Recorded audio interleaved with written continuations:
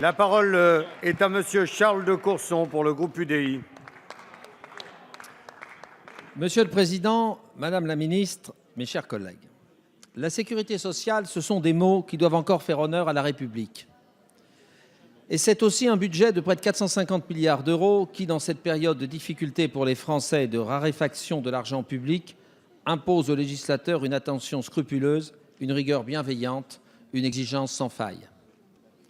Alors, si les mots doivent avoir encore un sens dans l'action publique, et si le rôle du législateur doit peser de tout son poids dans notre vie institutionnelle, c'est bien sur ce vaste sujet qui, d'une façon ou d'une autre, vient s'immiscer dans toutes les cellules vivantes du corps social français.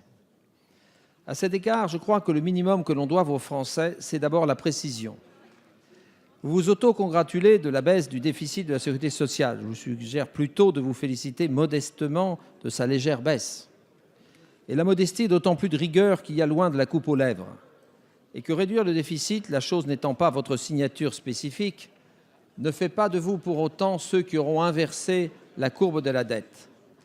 Pourtant, cette dette sociale est un cancer qui, sans bruit et sans relâche, mine l'avenir des jeunes Français et anémie le destin de notre communauté nationale. Sur cet enjeu fondamental, votre projet, Madame la Ministre, ne pèsera pas. Nous en sommes profondément déçus. Mais nous n'en sommes pas étonnés. Car ce projet de loi, malheureusement, fournit une nouvelle illustration de l'amateurisme de ce gouvernement.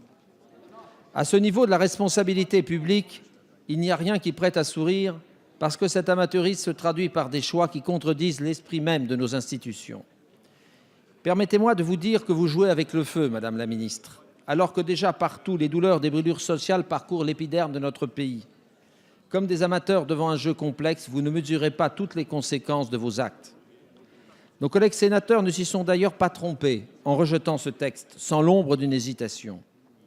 Quelle image nos compatriotes peuvent-ils donc retenir d'une majorité qui se délite autour du texte le plus fondamental qui soit pour chacune et chacun d'eux au quotidien? Admettez que cet amateurisme porte des conséquences particulières quand vous décidez de faire de ce PLFSS une sorte de voiture-balai des décisions que l'instance de régulation suprême de notre pays, le Conseil constitutionnel, a sanctionné. Je pense bien évidemment et notamment à la réintroduction dans la loi du concept liberticide de clause de désignation. Il est d'autant plus scandaleux que vous tentez de la masquer par une voie sémantique, montrant par là non seulement votre indifférence aux décisions du Conseil constitutionnel, mais votre mépris à l'égard de la représentation nationale. Un autre exemple de votre amateurisme fut votre choix de taxer certains produits d'épargne. Vous avez obligé, Madame la Ministre, votre majorité parlementaire à voter un texte comportant des mesures flagrantes de spoliation des Français.